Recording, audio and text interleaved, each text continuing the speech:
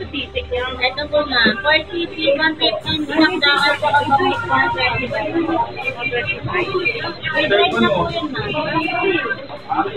Hindi na mga nilalang mingle.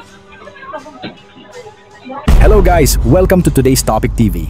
Isang nakakabahalang insidente ng pagnanakaw ang muling naitala. At hindi ito ordinaryong insidente lang. Ayon sa mga biktima, ito'y isang organisadong operasyon ng tinatawag na Git-Git Gang na pinaniniwala ang bahagi ng mas malaki pang sindikato. Nangyari ito sa Shell Select sa Mexico, Pampanga nitong Mayo 11, 2025. Isang gabi bago ang halalan kung kailan abala ang mga himpilan ng pulisya. Ang grupo ng mga biktima ay galing pa sa Subic at pauwi na sana nang huminto sila para bumili ng pagkain. Pagod na sa biyahe, ang gusto lang nila ay makakain at makauwi. Pero bago pa sila makabalik sa sasakyan, hindi nila alam ay nanakawan na pala sila. Isang brand new iPhone 16 Pro ang ninakaw mula sa isa nilang kaibigan. Ayon sa CCTV footage, may kahina-hinalang komosyon na agad sa labas ng convenience store. Makikita sa video na may mga taong tila naghihintay na sa kanila. Paglabas nila, nagsimula ang isang pekeng gulo. May mga sigaw na tila scripted at halatang sinadya ito para harangin sila at makuha ang telepono. May eksenang tila may nagtatanong ng presyo ng sisig, habang may isa namang babae ang nagalit sa video dahil daw may sumingit, kahit wala naman talagang sumingit. Lahat ng ito ay parang isang rehearsed na eksena para lang lituhin ang mga biktima.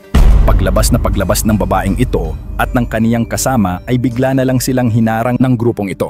At para hindi mapansin ng tindera ang gagawin ng mga kawatan, kunwaring nagtanong pa ito ng presyo. Magkano sa titik yan? Ito po na. 4cc, 115, dinakdakan po ang 125. Wait na po yun na.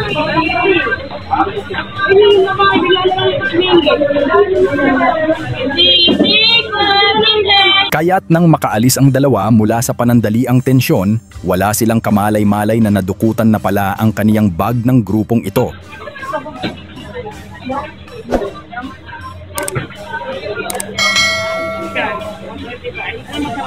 At maaari ding ang cellphone na nalaglag ay ang cellphone mismo na nawala na nabitawan ng mismong dumukot dahil sa gitgitan. O dili kaya ay isa ring itong tricks para mas lalong tumagal ang tensyon para madukutan ng biktima. Sa huli, makikita sa CCTV na sabay-sabay umalis ang mga suspect sa iisang direksyon. Senyales na magkakasabwat talaga sila. Nang subukang itrack ang telepono gamit ang iPhone tracking feature, hindi ito gumana. Kaya agad silang nagtungo sa dalawang police station sa Pampanga para mag-report.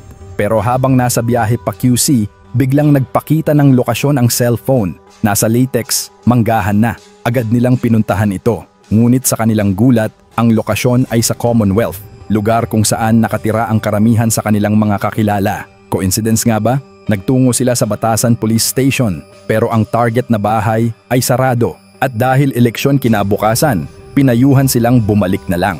Pagdating ng Lunes, araw ng halalan, nakatanggap naman ang biktima ng phishing link. Kunwaring makikita raw ang lokasyon ng phone basta't maglagay ng passcode.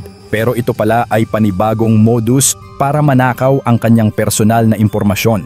Sunod-sunod ang email notifications na binubuksan ang kanyang mga account. At dahil sa mabagal na aksyon ng bangko, naubos ang laman ng kanyang mga bank accounts. Sa kabuuan, mahigit 120,000 ang halaga ng nawala kasama na ang cellphone. Lumalabas ngayon sa investigasyon na hindi ito random incident. Ito ay gawain ng isang organisado at mapanganib na sindikato. Sa kabila ng ganitong klasing modus at paulit-ulit na krimen, marami pa ring ibang nabibiktima ng parehong grupo. Kaya ngayon, isinasa publiko nila ang kwentong ito, hindi lang para humingi ng hustisya, kundi para magbabala sa iba. Sa panahon ngayon, dapat tayong maging alisto, mapanuri at maingat. I-double check ang paligid, bantayan ang gamit, huwag basta magtiwala sa kahina-hinalang kilos. Huwag tayong maging biktima ng sindikatong ito. Magkano sa titik yan? Ito po na. 4cc, 115, dinakdakan po ang 125. Wait na po yun na. Hindi na mga nilalang mingle.